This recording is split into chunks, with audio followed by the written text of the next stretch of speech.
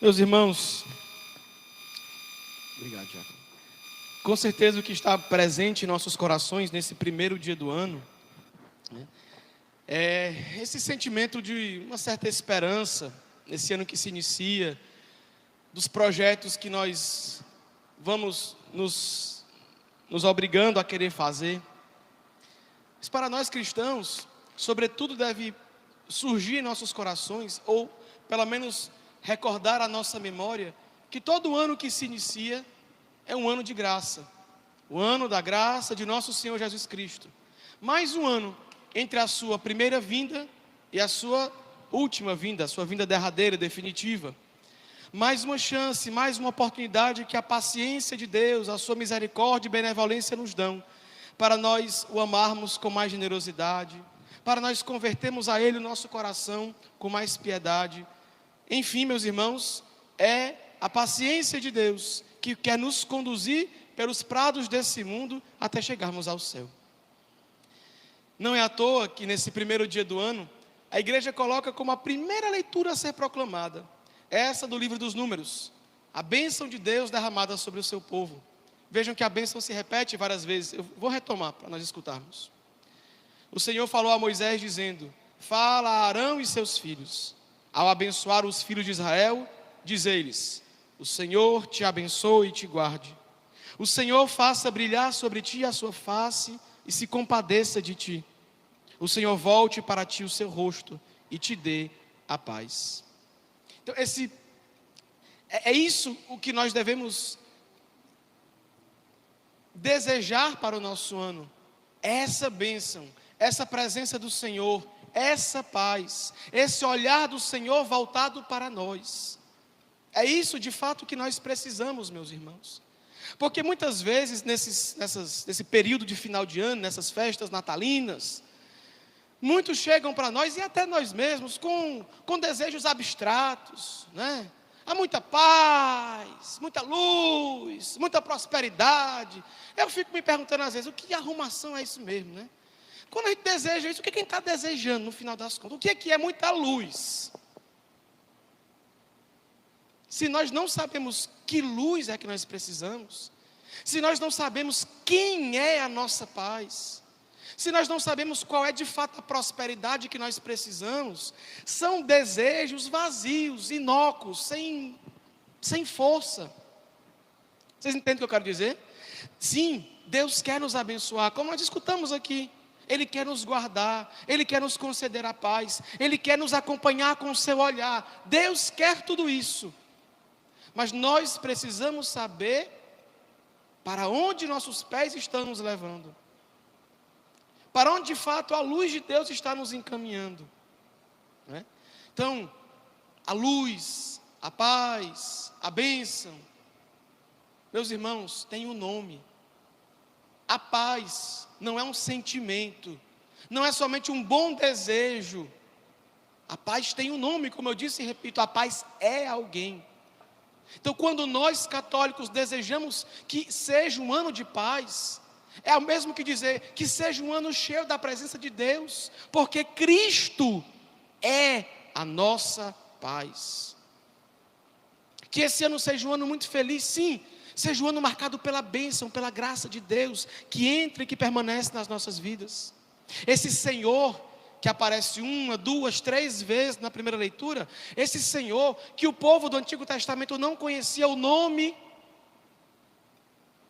nós sabemos quem é. É o menino que hoje, 8 dias depois do seu nascimento, pelo rito do povo judeu, recebe o nome de Jesus. E nós sabemos que nas Escrituras o nome carrega a missão. Jesus quer dizer Deus salva. Então esse Senhor que abençoa, que guarda, que concede a paz, que olha para nós, esse Senhor é Jesus, nenhum outro. O verdadeiro Deus encarnado, o Filho que nasceu, o menino que nos foi dado, Jesus, o doce menino de Belém. Ele é o único que pode fazer esse 2023 ser um ano de paz. Porque ou é Jesus, ou essa paz não existe, não é real, não é possível. De tal modo, portanto, meus irmãos, que nós precisamos começar esse ano tendo consciência dessa realidade. Deus, nosso Senhor, o menino encarnado no seio da Virgem Maria, Ele é o meu Deus, Ele é o centro da minha vida, Ele é a minha paz, Ele é a minha bênção, Ele é a minha graça, Ele e nenhum outro. Bem, dentro desse contexto ainda, no dia 1º de janeiro, a igreja nos faz celebrar um dos dogmas marianos que particularmente eu acho dos mais belos. Obviamente todos têm a sua importância, mas a gente tem nosso carinho, né? Hoje a igreja celebra Santa Maria, Mãe de Deus. O dogma da Virgem que concebeu do Espírito Santo. A Virgem Maria, meus irmãos, é Mãe de Deus, porque Jesus é Deus. E porque Jesus foi concebido no seu ventre.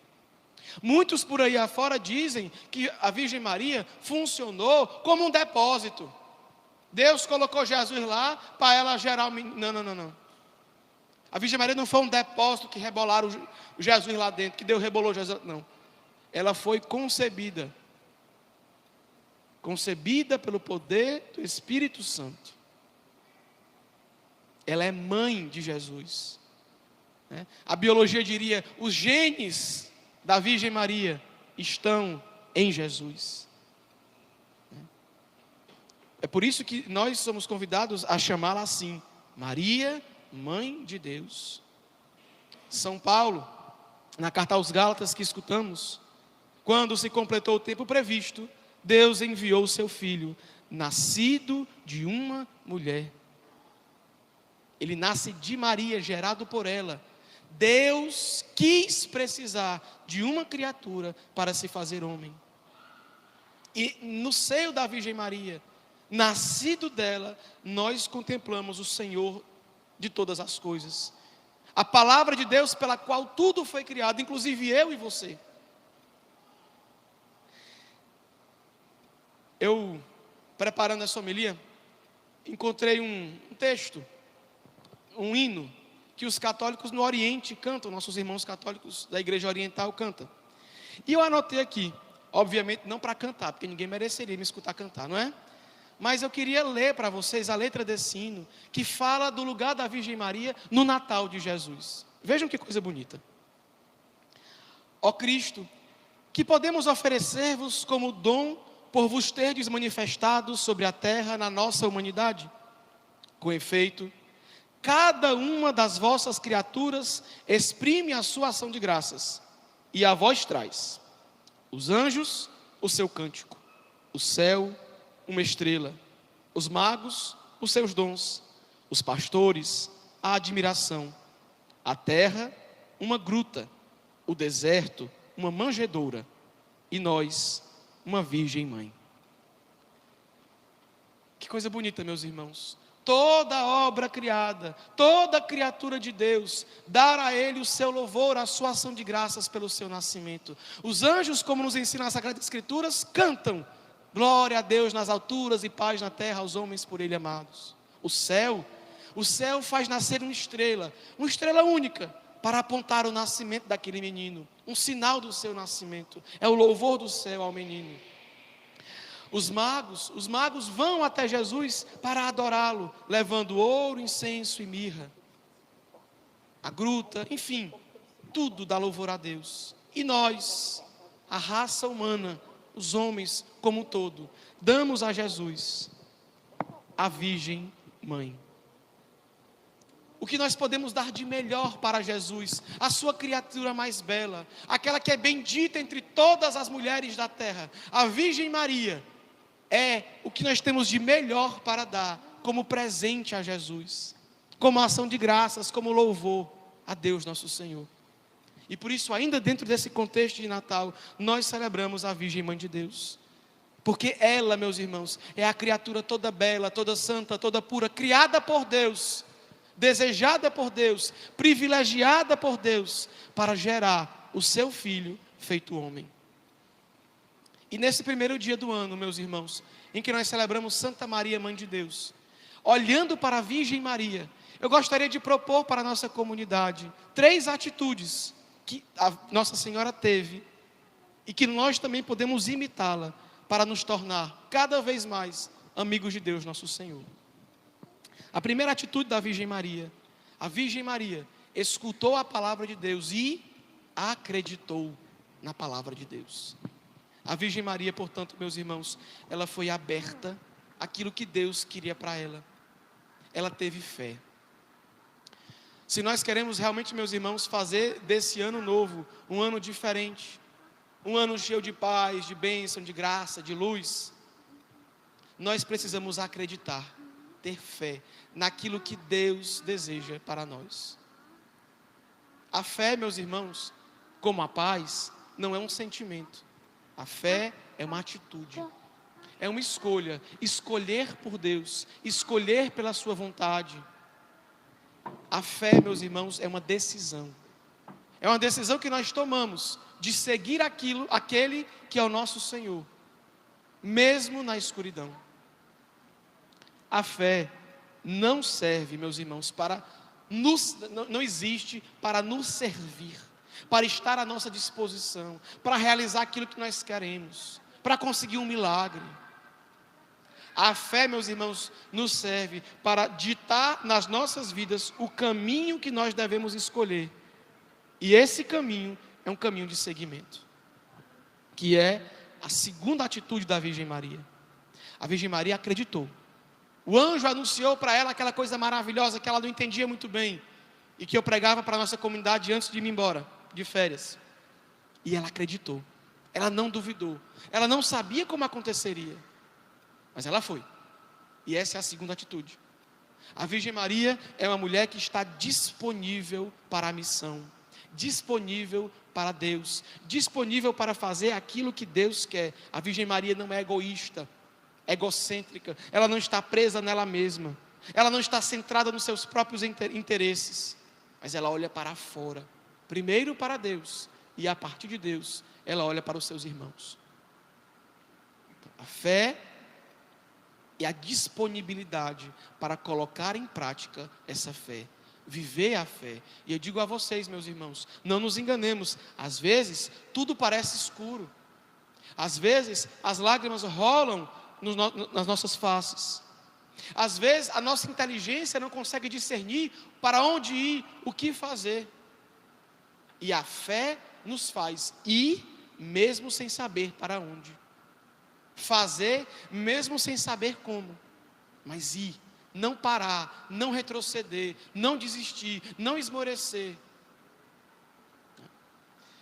Agora, há uma terceira atitude da Virgem Maria que fundamenta as duas primeiras. Sem esse terceiro comportamento da Virgem Maria, meus irmãos, é impossível ter fé, é impossível seguir a Deus, é impossível servi-lo, é impossível ser fiel a Ele. Nós escutamos no Evangelho: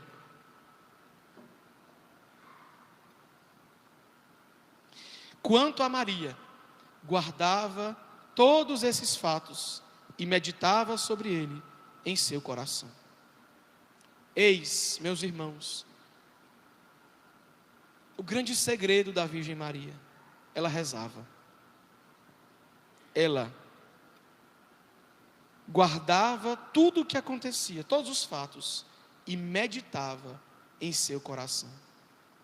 A oração, meus irmãos, tão esquecida por nós, católicos, a oração é o que alimenta a nossa fé, é o que de fato nos dá força, coragem, ousadia, para querer o querer de Deus, para fazer a vontade de Deus, para dar o nosso sim a Deus.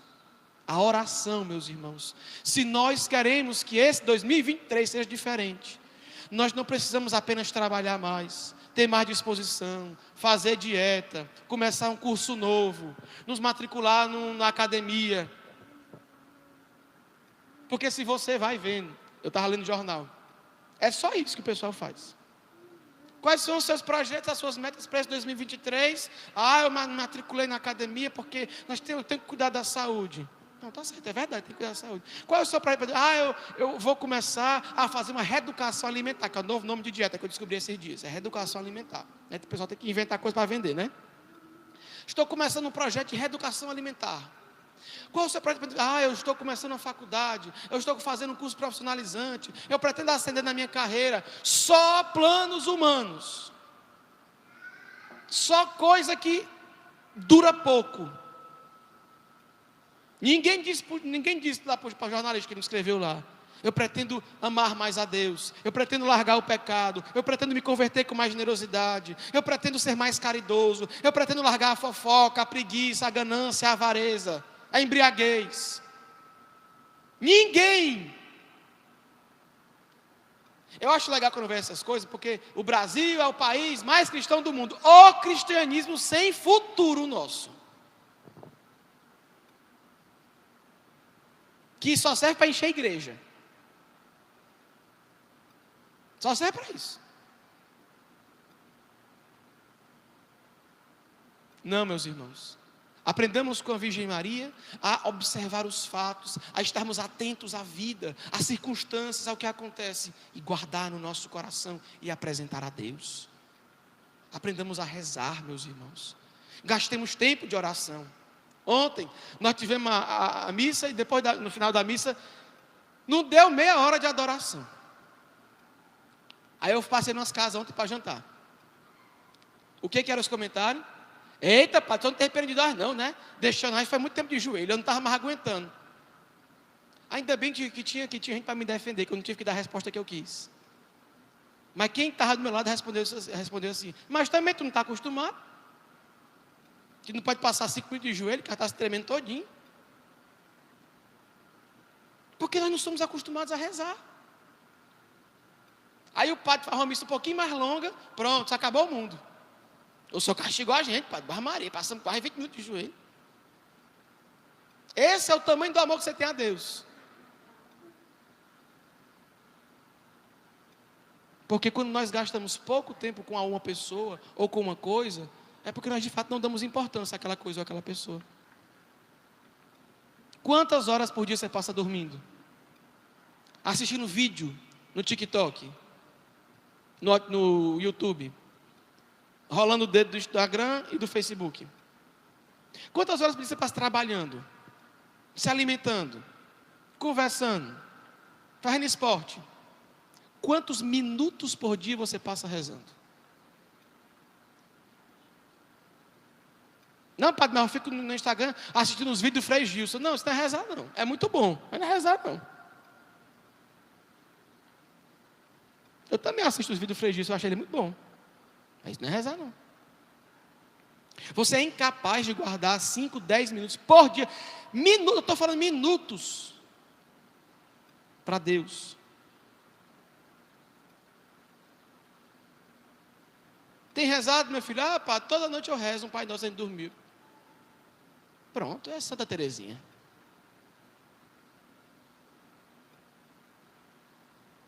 É só isso que Deus merece? Nesse ano? Qual o seu projeto de oração, de conversão, de estudo da doutrina católica, da Sagrada Escritura? Porque eu tenho certeza que você fez muitos projetos para esse ano. Mas quais desses projetos você envolveu Deus? Quais desses projetos você colocou aos pés de Deus para saber, para fazer um discernimento? Será que é isso mesmo que Deus espera de mim? É isso que Ele quer de mim? E rezar, e pedir a luz do Espírito Santo. Aprendamos da Virgem Maria, meus irmãos, a rezar, a guardar no coração, a meditar todas as coisas que nos aconteçam. Porque aí, meus irmãos, a nossa vida vai ganhando um sentido profundo. Nesse ano, meus filhos, nós haveremos de sorrir e de chorar.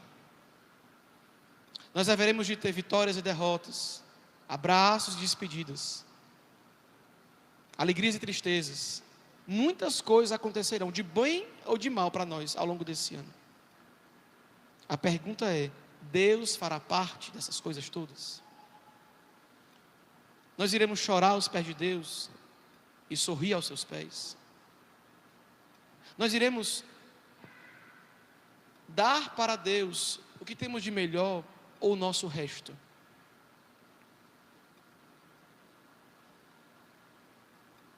Porque tantas vezes tantas vezes e de tantos modos, nós somos capazes de investir o nosso tempo para fazer coisas humanas, passageiras. E Deus sempre vai ficando em segundo lugar. Vou terminar a homilia que vocês estão com sono, tem um bocadinho de coçando os olhos. Eu estou muito feliz, porque alguém ontem, hoje é domingo, é sábado, ontem, me disse assim: padre, amanhã eu tenho um monte de coisa para resolver, eu não vou para a missa não. Eu disse: não, a missa é só 6 horas da tarde, dá para você resolver durante o dia e ir para a missa. E eu estou vendo essa pessoa aqui. Sabe por quê? Porque nós gastamos o nosso tempo com tudo, e Deus vai ficando esquecido. Às vezes o pessoal acha que eu não passo a mão na cabeça de ninguém, que eu sou muito ignorante, mas não é verdade. Deus nos dá tanto, e se nós temos muitas coisas para resolver, é porque Ele nos deu muita energia, muito trabalho, muitas pessoas que nos ajudam. E por que não reservar um pouquinho para Ele também? Sabe? Porque sempre deixar, não, Deus perdoa, Ele me entende, deixa eu resolver aqui primeiro as minhas coisas, aí eu não vou, depois eu vou, se der tempo eu vou. Estão entendendo? Não. Ele primeiro, e depois as outras coisas. Eu termino essa homilia como comecei, meus irmãos. Se nós queremos ter um ano de paz, unamo-nos a esse Deus. Ele, e só Ele, nos fará viver esse ano cheio de paz, na alegria e na tristeza, no sorriso e nas lágrimas. Nós podemos ter paz, porque a paz não é uma condição atual que passa. A paz é permanente, é constante, ela nos acompanha, porque Ele volta para nós o seu olhar e não nos deixa sozinhos. Santa Maria, Mãe de Deus,